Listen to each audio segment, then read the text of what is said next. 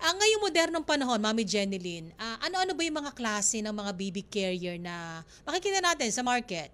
Ayan. So sa market, meron tayong mga makikita na non-ergonomic carrier and ergonomic carrier. The reason why we are here advocating for ergonomic carriers kasi ito po yung healthy sa hip and spine ni baby. So ano-ano nga ba ang mga ergonomic carriers? Nandiyan ang ring sling, woven wraps, soft structured carrier, may metai, stretchy wrap, so napakarami. But today, we will discuss only 3 baby carriers para hindi kayo ma-overwhelm sa dami ng options ng ergonomic carrier. Kasi bawat carrier kailangan akma din sa age ni baby.